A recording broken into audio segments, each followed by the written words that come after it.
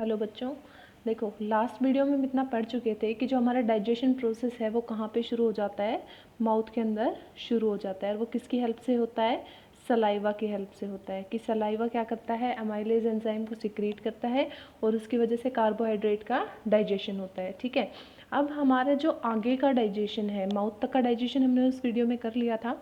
अब आगे क्या है कि जो फूड है वो माउथ से कहाँ पे जाता है, स्टमक के अंदर जाता है। जो फूड है वो माउथ से कहाँ पे जाता है, स्टमक के अंदर जाता है।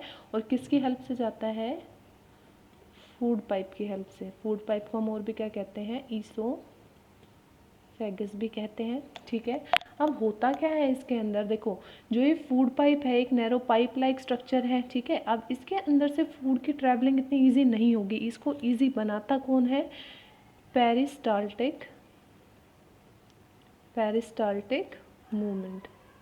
ये पेरिस्टाल्टिक मूवमेंट होती क्या है, ये कॉन्ट्रैक्शन और रिलैक्सेशन मूवमेंट है हमारी फूड पाइप या फिर ईसोफेगस की, जिससे कि जो फूड की ट्रैवलिंग होती है पाइप के अंदर वो क्या हो जाए, इजी हो जाए। ठीक है, तो माउथ से फूड स्टमक के अंदर गया फूड पाइप की हेल्प से, और फूड पाइप में किसकी हेल्प से, पेरिस्टाल्टिक मूवमेंट की हेल्प से। अब बात आती है स्टमक की। स्टमक के अंदर बेसिकली 3 चीज़ें होती हैं।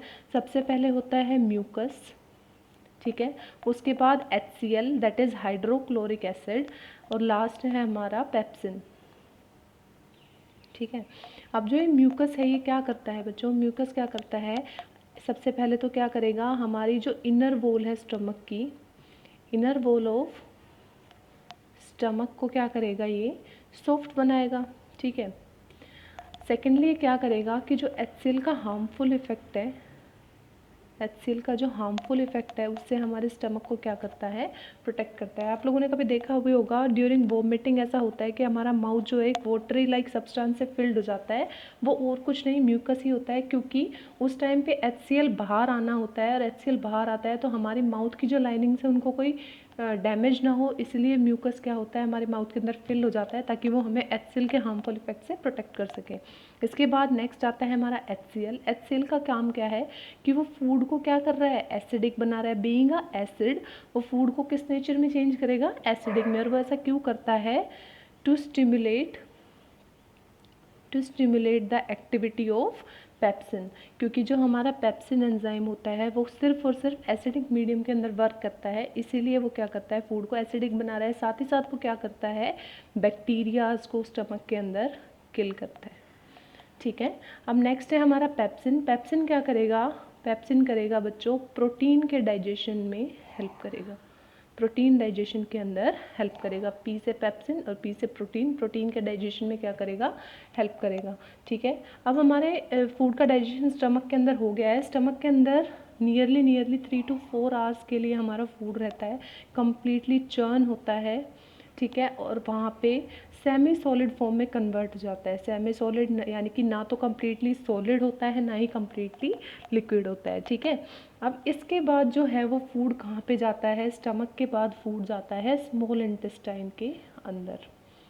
स्मॉल इंटेस्टाइन के अंदर, स्मॉल इंटेस्टाइन को स्मॉल क्यों बोला जाता है, लार्ज इंटेस्टाइन और इसमें क्या रिलेशन है वो हम आगे पढ़ेंगे। अभी ये समझो कि जो स्मॉल इंटेस्टाइन के अंदर फूड गया है स्टमक से, सारा का सारा डाइजेशन हमारे फूड का वो कहाँ पे कंप्लीट होगा, स्मॉल इंटेस्टाइन के अंदर। स्मॉल इंटेस्टाइन बेसिकली खुद के तो जूसेस सिक्रीट करती है, साथ ही साथ वो 2 डक्ट के सिक्रीशन रिसीव करती है। और वो 2 डक्ट कौन सी है, पहले है लीवर, ठीक है, और दूसरा कौन सा है हमारा, पेनक्रियाज।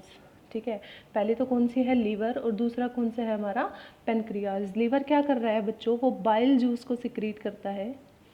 लीवर क्या करेगा, किसको सिक्रीट कर रहा है, बाइल जूस को सिक्रीट कर रहा है। बाइल जूस क्या करेगा, देखो स्टमक से हमारा फूड कैसा आया, HCl की वजह से एसिडिक आया है, तो उस फूड को किस में चेंज करेगा, एल्कलाइन में, बेसिक नेचर में चेंज करेगा, क्योंकि इसका नेचर कैसा होता है, एल्कलाइन होता है। ठीक है, तो ये फूड को किस में चेंज करेगा, एल्कलाइन में चेंज करेगा। साथ ही साथ ये हेल्प करेगा एमल्सिफिकेशन ऑफ फैट्स में।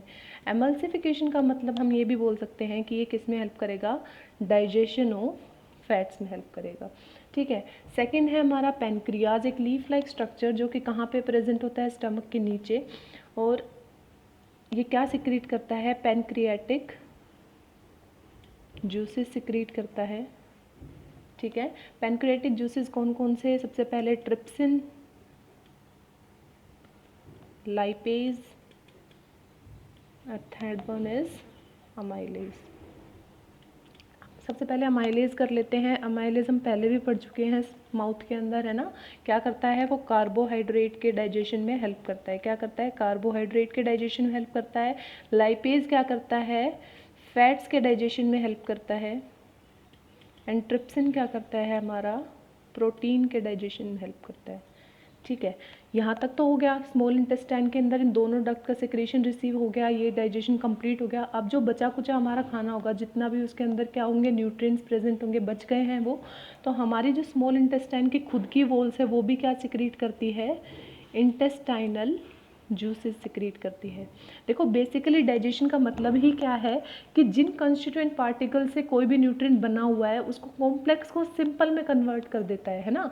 तो देखो इंटेस्टाइनल जूसेस भी सिंपली क्या करेंगे, जैसे फॉर एग्जांपल प्रोटीन किससे मिलकर बने होते हैं? एमिनो एसिड से। तो ये क्या करेंगे जूसेस या कोई भी डाइजेस्टिव जूसेस क्या करेंगे? प्रोटीन को किस में चेंज कर देंगे बच्चों? एमिनो एसिड के अंदर चेंज कर देंगे। सेकेंडली बात करें फैट्स, फैट्स किससे मिलकर बनी होती हैं? Fatty acid plus glycerol. And last है हमारा कार्बोहाइड्रेट। कार्बोहाइड्रेट को किस में चेंज कर देंगे? ग्लूकोज में। या फिर हम ये भी बोल सकते हैं कि कॉम्प्लेक्स शुगर को किस में चेंज कर देंगे? सिंपल शुगर के अंदर चेंज कर देंगे, है ना। यहाँ पे हमारा डाइजेशन प्रोसेस क्या हो जाता है? कंप्लीट हो जाता है। यहाँ पे डाइजेशन प्रोसेस क्या हो जाता है? कंप्लीट हो जाता है। हमने दो पढ़ लिया। देखो सबसे पहले हमने पढ़े थे इंजेशन पढ़ा था, डाइजेशन पढ़ लिया। उसके बाद थर्ड प्रोसेस हमारा क्या था? एब्जॉर्प्शन। अब देखो एब्जॉर्प्शन में क्या होगा? थर्ड प्रोसेस है हमारा एब्जॉर्प्शन।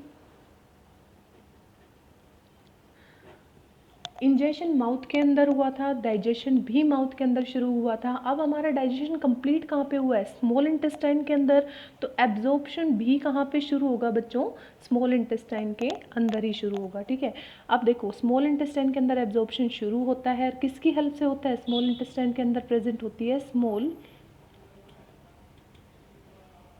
फिंगर लाइक प्रोजेक्शंस, जिनको हम क्या बोलते हैं बच्चों? विलाय बोलते हैं। जिनको हम क्या बोलते हैं? विलाय। ये विलाय क्या करती हैं स्मॉल इंटेस्टाइन के अंदर? ये उसके सरफेस एरिया को इंक्रीज़ कर देती हैं। अगर ये सरफेस एरिया को इंक्रीज़ करेंगी तो एब्जॉर्प्शन भी हमारा क्या हो जाएगा? मैक्सिमम। ज़्यादा से ज़्यादा हमारे बॉडी सेल्स क्या कर पाएँ? डाइजेस्टेड फूड को, क्योंकि देखो अब हमने उसको डाइजेस्ट कर लिया है, अब वो इस लायक हो गया है कि हमारी बॉडी अब उसे एब्जॉर्ब करके यूज़ करे। ठीक है, तो अब देखो मैक्सिमम फूड एब्जॉर्ब होता कि सरफेस एरिया बढ़ गया, ये किसने बढ़ा है? विलाई ने। अब यहाँ पे हमारी बॉडी सेल्स इस फूड को क्या कर लेगी? विलाई के थ्रू एब्जॉर्ब हो गया। ठीक है, थर्ड प्रोसेस हो गया एब्जॉर्प्शन। नेक्स्ट है हमारा फोर्थ प्रोसेस, क्या था बच्चों? एसिमिलेशन। एसिमिलेशन किसी पर्टिकुलर बॉडी पार्ट के अंदर नहीं होता है। मतलब इसका क्या है कि देखो हमारे हर एक बॉडी सेल को क्या होता है? एनर्जी की रिक्वायरमेंट होती है। तो क्योंकि ये हमारी पूरी की पूरी बॉडी को चाहिए, तो किसी पर्टिकुलर बॉडी पार्ट के अंदर नहीं होगा। ये पूरी की पूरी बॉडी एब्जॉर्ब फूड को क्या करेगी? यूज़ करेगी अपनी बेसिक मेटाबॉलिक रिक्वायरमेंट्स को कंप्लीट करने के लिए, एनर्जी के पर्पज़ से। तो हमारी पूरी की पूरी बॉडी क्या करेगी? इस एब्जॉर्ब फूड को यूज़ करेगी for the purpose of energy. ठीक है, अपनी बेसिक रिक्वायरमेंट्स को पूरा करने के लिए ऐसे। ठीक है, अब लास्ट है हमारा, लास्ट प्रोसेस आता है इजेशन। अब इसके अंदर क्या है? देखो यहाँ तक हमारा जितना डाइजेशन होना था हो गया, एब्जॉर्प्शन होना था हो गया, हमने उसको यूज़ कर लिया। अब जितना कुछ बचा कुचा होगा दैट इज़ वो क्या होगा? Undigested food. ठीक है, तो वो जो अनडाइजेस्टेड फूड है बच्चों, वो स्मॉल इंटेस्टाइन से कहाँ पे आता है? लार्ज इंटेस्टाइन के अंदर। लार्ज इंटेस्टाइन के अंदर। अब पहले मैं आपको ये बता देती हूँ कि स्मॉल इंटेस्टाइन और लार्ज इंटेस्टाइन इन दोनों का नाम क्यों दिया गया है। क्योंकि हम सबको पता है कि जो लेंथ होती है वो स्मॉल इंटेस्टाइन की ज़्यादा होती है और लार्ज इंटेस्टाइन की छोटी होती है, बट स्टिल हम इसको स्मॉल कहते हैं और उसको लार्ज कहते हैं। ऐसा क्यों? क्योंकि इसका एरिया क्या होता है? ज़्यादा होता है कंपेयर टू स्मॉल इंटेस्टाइन। इसका एरिया क्या होता है? ज़्यादा होता है कंपेयर टू स्मॉल इंटेस्टाइन, इसीलिए हम इसको क्या कहते हैं? Large intestine. अब लार्ज इंटेस्टाइन के अंदर भी क्या प्रेजेंट होती हैं? विलाय प्रेजेंट होती है वो ये क्या करती हैं, सरफेस एरिया को इंक्रीज़ कर देती है। बट यहाँ पे तो कुछ एब्जॉर्ब करने के लिए बचा ही नहीं है, क्योंकि देखो स्मॉल इंटेस्टाइन में तो विलाय के पास कुछ काम था कि वो सरफेस एरिया इंक्रीज़ करे ताकि ज़्यादा से ज़्यादा फूड एब्जॉर्ब हो, लेकिन यहाँ पे तो कुछ बचा ही नहीं है एब्जॉर्ब करने के लिए। है देखो अनडाइजेस्टेड फूड के अंदर क्या प्रेजेंट होता है, एक्स्ट्रा वाटर प्रेजेंट होता है। उस एक्स्ट्रा वाटर को कौन एब्जॉर्ब करता है, लार्ज इंटेस्टाइन। लार्ज इंटेस्टाइन उस सारे वाटर को एब्जॉर्ब करेगी और उसको किस में चेंज कर देती है, सॉलिड फॉर्म में, अनडाइजेस्टेड सॉलिड फूड में चेंज कर देती है। ये जो अनडाइजेस्टेड सॉलिड फूड है ये बच्चों कहाँ पे स्टोर होता है, रेक्टम के अंदर स्टोर होता है टेम्परली, है ना। रेक्टम के अंदर जब तक स्टोर होगा जब तक कि हम उसे इजेस्ट आउट नहीं कर देते, एंड देन हम फिर हमारी बॉडी से एनएस के थ्रू क्या हो जाता है, इजेस्ट आउट हो जाता है। यहाँ पे हमारा डाइजेशन इन ह्यूमंस कंप्लीट होता है। So we have now studied all the 5 parts, that is ingestion, digestion, absorption, assimilation and egestion. अब इससे एक लास्ट वीडियो बनाएंगे डाइजेशन टॉपिक के ऊपर, जिसके अंदर हम क्या करेंगे, विद डायग्राम कंप्लीट सारे इन बॉडी पार्ट्स को जो मैंने आपको ऊपर बताए हैं इनको 1 बाय 1 स्टडी करेंगे, और मैं आपको उसका एक फ्लो चार्ट प्रोवाइड करा दूँगी ताकि आपके लिए ये सब मतलब लर्न करना क्या हो जाए, ईजी हो जाए। ठीक है, अगर यहाँ तक आपको कोई भी डाउट हो तो आप मुझे कमेंट सेक्शन में ज़रूर बताएं। Thank you so much.